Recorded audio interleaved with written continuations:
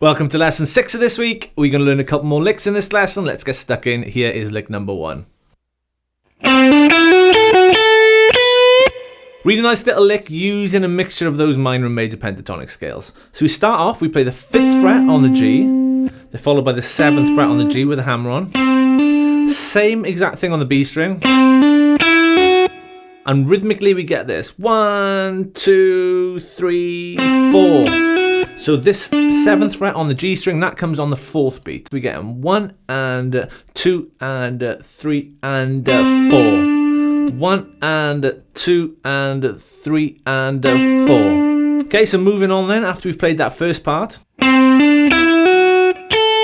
play the 5th fret on the high E, followed by the 7th fret on the B, back to the 5th fret on the high E.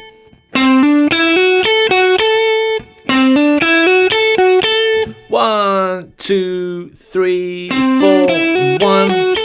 And then we get a bend on the 7th fret on the E string, but we're just going to push that up a semitone. So we're just aiming for that note.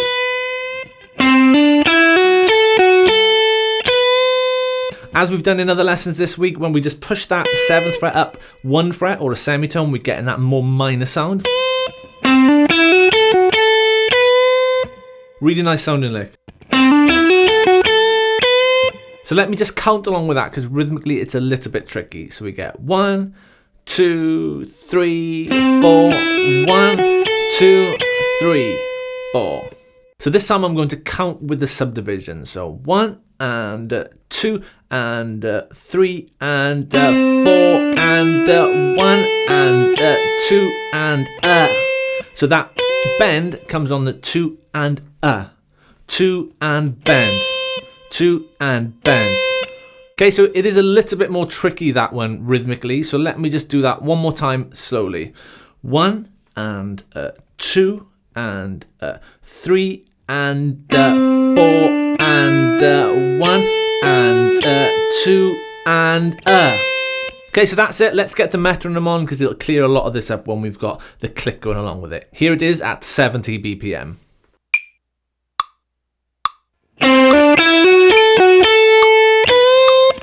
And again.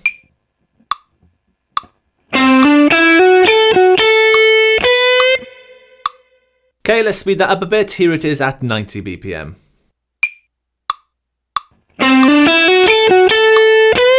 One more time.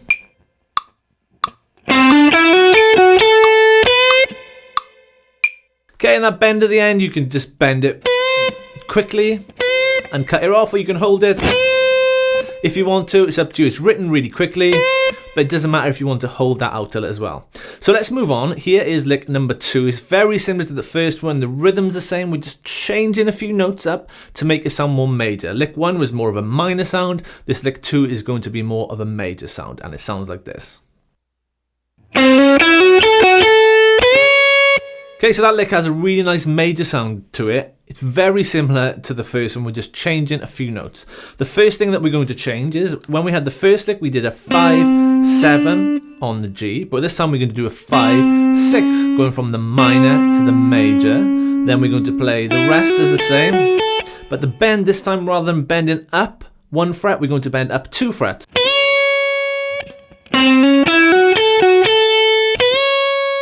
As we've done in other licks in exactly the same place. Just 5, 6, 5, 7 on the B, 5 on the E, 7 on the B, 5 on the E, bend up 2 frets on the high E string to create that major sound. Let's get the metronome on. Here it is at 70 BPM.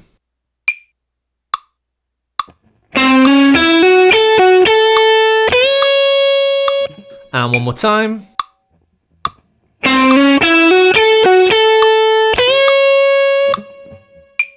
Okay, let's speed that up a bit. Here it is at 90 BPM.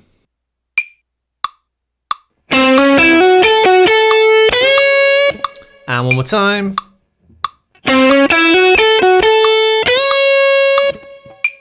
Okay, really nice sounding lick, and I just like licks like this where just with the smallest change you can really change the sound of it altogether. So as always, with the major one, we're just going to use that over the A chords. With the other one, you can play at any point in the blues.